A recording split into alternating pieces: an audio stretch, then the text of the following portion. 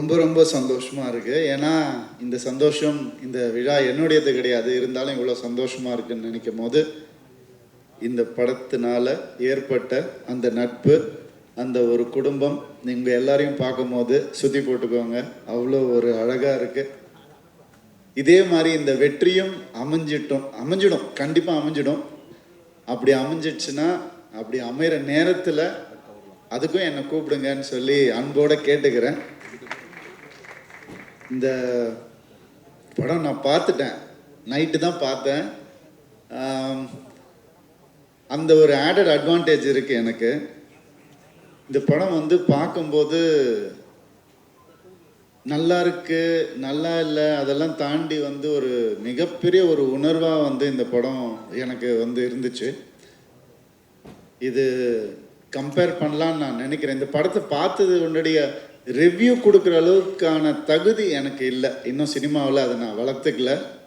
அது நான் இன்னும் கற்றுக்கிட்டே இருக்கிறதுனால எனக்கு வந்து இந்த ரிவ்யூ கொடுக்கணுன்னா ஒரு அளவுக்கு கற்றுக்கிட்டு தான் கொடுக்கணும். நான் இன்னும் கற்றுக்கிட்டே இருக்கேன்னு தான் நினைக்கிறேன். அதனால் ரிவ்யூ கொடுக்க நான் விரும்பலை.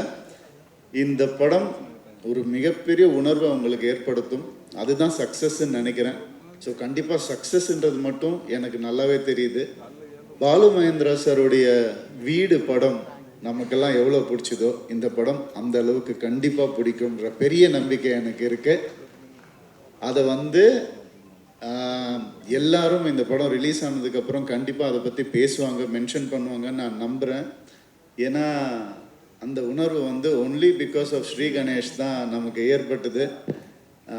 All the best. Balu Mahendra சாரை விட மிகப்பெரிய டைரக்டராக வரணும்னு நான் ஆசைப்படுறேன். All the best to you. And இந்த படம் சக்ஸஸ்க்கு அப்புறம் அருண் விஷா வந்துட்டு கார் இருக்கா, இது இல்லை இல்லை எல்லாம் சொன்னார் இல்லையா ராம் சார். இந்த படத்துக்கு அப்புறம் பல காரை நீங்கள் வாங்குவீங்கன்ற பெரிய நம்பிக்கை எனக்கு இருக்குது. அண்டு ஆனால் இந்த மனுஷன் எப்படின்னா, அவன் வாங்கிக்க மாட்டான், மற்றவங்களுக்கு டைரக்டருக்கு வாங்கி கொடுப்பாரு. மற்றவங்களுக்கு வாங்கி கொடுக்குற மனுஷன் இந்த மனுஷன். உண்மையாகவே மனுஷன் பாணி இதே மாதிரி இரு. உன்னுடைய அன்புக்கும் பாசத்துக்கும் பல பேர் இங்கே கட்டுப்பட்டு இருக்காங்க. All the best. அண்ட் என்னையும் அழைச்சதுக்கு ப்ளீஸ் உட்கார். எந்த ஒரு ஹீரோ படமும் ரிலீஸ்க்கு முன்னாடி இன்னொரு ஹீரோக்கு போட்டு காட்டி பர்சனலாக பண்ண மாட்டாங்க. ஆனால் நானும் சித்தார்த்து என்றைக்குமே ஹீரோஸ் மாதிரி நாங்கள் இருந்ததே இல்லை. நாங்கள் எப்போ ஃப்ரெண்ட்ஸ் ஆனோம், எங்கே மீட் பண்ணோம், ஆயிட்டோம், அப்படியே வளர்ந்துட்டோம். அவன் எப்பவுமே சொல்லுவான் சித்தார்த் வந்துட்டு, டேய் நீ வந்து நான் பொம்மரையில் பண்ணல, நீ சந்தோஷபுரம் பண்ணல, ஆமாம் இப்போ என்னடா பண்ணுற அப்படின்னு நான் கேட்டான். நீ அடுத்தது ஏதாவது, நான் உனக்காக தான் வேறு கதை கேட்டிருக்கேன், ஏன்னா நான் தெலுங்கில் பண்ண நீ அதை தமிழில் பண்ணிவிடுவல அப்படிலாம் சொன்னான். அப்போல்லாம் நான் மனசுக்குள்ளேயே ஒரு விஷயம் வச்சுருந்தேன். இப்போ தான் நான் எதுவுமே வச்சுக்கிறது இல்லையே. இப்போ சொல்லட்டுமா? ஏண்டா டேய், உனக்கு ஒரு ஹிட்டு கொடுக்கறதுக்காக எங்கள் வீட்டுக்குள்ளேயே நாங்கள் ஒரு டைரக்டரை வளர்த்து அவனுக்கு எங்கள் கதையை கொடுத்து ஸ்க்ரீன் ப்ளே எழுதி உனக்கு பொம்மரில்லுன்னு ஒரு படம் கொடுத்தா இப்படிலாம் நீ கிண்டல் பண்ணுவ அப்படின்னு நான் நினச்சேன். ஸோ அதனால் ஒன்றா வளர்ந்துட்டோம். அப்படியே பல கதைகள் பார்த்து அப்படியே வளர்ந்துட்டோம். இன்றைக்கும் அவரை பார்க்கும்போது எனக்கு அதே சந்தோஷம். என்றைக்குமே அது இருக்கணும்னு ஆசைப்பட்றேன். அவருடைய திறமை வந்து நம்ம எல்லாருக்குமே தெரியும். ஆனால் இந்த படம் பார்க்கும்போது நான் கோமாளி பண்ணியிருக்கிறதுனால, ஸ்கூல் கேரக்டர் பண்ணியிருக்கிறதுனால நான் கொஞ்சம் ஏர்லியாக பண்ணிட்டேன். ஆனால் நீ ரொம்ப லேட்டாக பண்ணியிருக்கிற, ரொம்ப கஷ்டம். அது வயசை பற்றி பேசலை, பர்ஃபார்மன்ஸ் பற்றி நான் பேசுகிறேன், வேறு எதுவுமே கிடையாது. அந்த ஒரு ஷார்ட் நீங்கள் நோட்டீஸ் பண்ணுங்கள். இது வந்து என்னை ரெஃபரன்ஸாக கூட வச்சு அந்த ஷார்ட்டை பாருங்கள். அப்புறமா ரிலீஸ்க்கு அப்புறம் அந்த ஒரு செவத்துலேயே சாஞ்சிட்டு பேசுவார். அந்த வயசில், ஒரு 17 வயசில் அப்படி தான் இருந்தோம் நம்ம எல்லாரும். அதை நோட்டீஸ் பண்ணி அந்த ஒரு கேஷுவலாக செவத்தில் சாஞ்சிட்டு, அதே வந்து ஒரு 25 வயசில் பார்த்தீங்கன்னா அப்படி பண்ண மாட்டார் அவர். ஒரு மனுஷன் வந்துட்டு அவனுடைய ஸ்கூல் டேஸ்லேருந்து கிட்டத்தட்ட ஒரு 45 வயசு வரைக்கும், ஆமாம்ல கதை சொல்ல, 45 வயசு வரைக்கும் எப்படி வந்து அந்த வளர்ச்சி, அந்த டிரான்ஸ்ஃபர்மேஷன் ரொம்ப கஷ்டம் அது பண்ணுறது. அண்ட் எனக்கு ரொம்ப சந்தோஷமாக இருந்துச்சு. சில விஷயங்கள் அவர் நோட்டீஸ் பண்ணி பண்ணதை பார்க்கும்போது ரொம்ப ரொம்ப சந்தோஷமாக இருந்துச்சு. எப்போவுமே சித்தார்த் பற்றி எனக்கு ஒன்று தோணும், தப்பான படங்கள் பண்ணதில்லை அவர். அது வந்து ரொம்ப கஷ்டம், சினிமாவில் வந்து ரொம்ப கஷ்டம். அண்ட் எப்போவுமே நீ தப்பான படம் பண்ணக்கூடாதுன்னு நான் வேண்டிக்கிறேன். All the best and keep giving great movies. உன்னை நம்பி பல டைரக்டர்ஸ் இருக்காங்க, அவங்களுக்கு நீ ஒரு ஒரு ஒரு எக்ஸாம்பிளாக இருக்க அப்படின்னு நினைக்கும் போது, ஒரு சப்போர்ட்டாக இருக்குன்னு நினைக்கும் போது ரொம்ப சந்தோஷமாக இருக்குது. All the best. அண்ட் எனக்கு என் யூனிட்லேயே பேர் ஞாபகம் இருக்காது எனக்கு. Chaitra and Meetha Meetha sorry மீதா, உங்களுடைய குட் நைட் படம் பார்த்தேன். உண்மையாகவே ஆஃப் ஆகிட்டேன் நான் பார்த்துட்டு. அவ்வளோ அழகாக பெர்ஃபார்ம் பண்ணியிருந்தீங்க. நான் அப்படியே நேரில் கூட ஒரு தடவை மீட் பண்ணி சொல்லணும்னு நான் ரொம்ப நாளாக நினச்சிட்டு இருந்தேன். மணிகண்டனை பார்ப்போம், உங்களை பார்க்கறது இல்லை. அதனால இந்த ஆப்பர்ச்சுனிட்டியில் சொல்லிக்கிறேன், ஒண்டர்ஃபுல் பர்ஃபார்மன்ஸ். பட் இந்த படம் உங்களுக்கு குட் மார்னிங் தான். இப்போத்துலேருந்து உங்களுக்கு நல்ல ஒரு வீடியோலாம் இருக்க போகுது. Extraordinary performance. All the best to you. And Meetha sorry Chaitra வந்துட்டு எப்படின்னா, புதுமுகம்னாலே ஒரு ஒரு அட்ராக்ஷன் இருக்கணும் கண்டிப்பாக. அதனால தான் அவங்க அந்த படத்தில் செலக்ட் பண்ணியிருப்பாங்க. இந்த படம் வந்து your performance is attractive to the core. நீங்கள் சொன்னீங்க இல்லையா ஸ்டேஜில், இந்த எத்தனை படம் பண்ணாலும் முதல் படம் மாதிரி நான் மறக்காமல் இருப்பேன்னு. நான் உங்களுக்கு ஒன்று சொல்கிறேன், எனக்கு வந்த அட்வைஸை நான் உங்களுக்கு சொல்கிறேன். நீங்கள் எத்தனை படம் பண்ணாலும் எல்லா படத்தையும் முதல் படம் மாதிரியே நினச்சி பண்ணுங்கள், நீங்கள் எங்கேயோ போயிடுவீங்க. அந்த அளவுக்கு you are talented. All the best to you.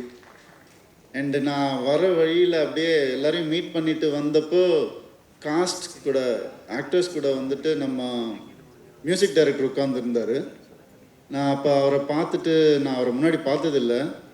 சரி, இவர் படம் பார்த்துருக்கோமே, இவர் எந்த கேரக்டர் பண்ணியிருக்காருன்னு ரொம்ப நேரமாக யோசிச்சுட்டு இருந்தேன். எல்லாருக்கும் நான் இந்த விஷஸ் சொன்னேனே, இவர் இப்போ எடிட்டிங்கில் தூக்கிட்டாங்களோ அப்படிலாம் யோசிச்சுட்டு இருந்தேன். எப்படி இவர் அட்ரஸ் பண்ணுறது என்னன்னு தெரியல. அப்புறம் தான் ஒரு மியூசிக் டைரக்டர்னு தெரியும். ஒரு டைரக்டருக்கும் ஒரு ஆக்டருக்கும் என்ன வேல்யூ இருக்கோ இந்த படத்தில், அதோடைய டபுள் வேல்யூ வந்து இந்த படத்தில் மியூசிக்கு. நான் வந்து 10th மினிட்ல ஆல் தி பெஸ்ட் 10th மினிட்ல வந்து நான் வந்து ஊந்துட்டேன், அப்படியே மியூசிக்கில் ஊந்துட்டேன். Please all the best. And மனசார சொல்கிறேன், you have a great future. The team that you working with which we are speaking right now, the team is also fabulous team. The two creative, அவங்களையும் விட்டுறாதீங்க. Extraordinary. நீங்கள் அந்த வேலை work பற்றி பேசுவீங்க, அவங்களும் சூப்பராக உங்கள் லைஃப் மிகப்பெரிய ஒரு சக்ஸஸ்ஃபுல்லாக இருக்க போகுதுன்னு நான் நம்புகிறேன். அண்ட் நான் என் லைஃப்பில் வந்து ரெண்டட் ஹவுஸில் இருந்ததே இல்லை. எப்போவுமே எனக்கு சொந்த வீடு தான் பிறந்ததுலேருந்தே. இப்போ நான் ரெண்டட் ஹவுஸில் இருக்கேன். ஸோ நிறைய ரிலேட் பண்ண முடிஞ்சுது. கூடிய சீக்கிரம் எனக்கு இந்த படம் பார்த்து ஒரு பெரிய இன்ஸ்பிரேஷனாக இருந்தது. என் லைஃப்பை ரீலிவ் பண்ண மாதிரி இருந்துச்சு. என் லைஃப்பை லிவ் பண்ண போகிறேன்னு தோணுச்சு. இனிமேந்து நல்லபடியாக ஒரு படம் அந்த ஒரு இன்ஸ்பிரேஷனை எல்லாருக்கும் கொடுத்தாலே போதும். அந்த இன்ஸ்பிரேஷனை இந்த படம் கொடுத்துருக்கு. ஐயா, உங்கள் பையனை செம்மையாக வளர்த்துருக்குறீங்க, வேறு லெவல். அருண் வந்து எப்போவுமே ஒரு நண்பனாக எங்கள் கூட இருக்கணும்னு நான் ஆசைப்பட்றேன். நான் உங்கள் கூட பெருசாக பேசினது இல்லை. I'm glad that you are there next to him in his every step. And I heard a lot about you. உட்காந்துருக்கும் போது இதே மாதிரி நீங்கள் சிவசக்தி மாதிரியே இருக்கணும்னு ஆசைப்பட்றேன் என்றைக்குமே லைஃப்பில். All the best. யாரையாவது மறந்துருந்தால் மன்னிச்சுக்கோங்க. தேவயானி மேம், சாரி, மறக்கவே முடியாது. இல்லை இப்போ ரீசெண்டாக போயிருந்தேன் மேம் ஒரு ஃபங்க்ஷனுக்கு, ஒரு ரெஸ்டாரண்ட்டுக்கு, ஒரு சின்ன விஷயமா. அப்போ நான் அண்ணான்னு கூப்பிட்டா அவர் திரும்பி, சார் என் பேர் ராமண்ணா அப்படின்னு சொல்லும் போது டக்குன்னு உங்கள் ஞாபகம் வந்துச்சு. அந்த டைலாக் அவ்வளோ ஃபேமஸ். அண்ட் ஜீனி உங்கள் கூட நடிக்கணும்னு நான் சொல்கிறேன் மேம். அது இன்னொரு ஃபங்க்ஷனில் அதை பற்றி நல்லா பேசுவோம் மேம். நான் சொல்கிறேன் மேம், நல்லபடியாக வேலைகள் போயிட்டுருக்கு, சிஜி ஒர்க் எல்லாம் போயிட்டுருக்கு. அண்ட் சரத்குமார் சார் அஃப்கோர்ஸ் ஒரு அம்ப்ரெல்லா மாதிரி இந்த படத்துக்கு ஒரு எல்லாரையும் அப்படியே அரவணைச்சிட்டு, நனைய விடாமல், வெயில் பட விடாமல், வாங்க நம்ம பார்த்துக்கலாம் அப்படின்னு சொல்லி, அந்த டைலாகும் அதே டைலாக் தான், நான் பார்த்துக்கிறேன், நான் இருக்கேன் அப்படின்னு சொல்கிறேன் அந்த படத்தில். அந்த wonderful dialogue. So it's a feel awesome film, not a feel good film. இது எக்ஸ்ட்ராடினரியான ஒரு படமாக இது வரணும். Just for your good heart and for the people who believe in good scripts, the audience who are eager to watch good scripts, இந்த படம் கண்டிப்பாக அவங்க எல்லாருக்கான ஒரு படமாக இருக்கும். என்ன இந்த விழாவுக்கு கூப்பிட்டதுக்கு ரொம்ப ரொம்ப நன்றி. Thank you so much.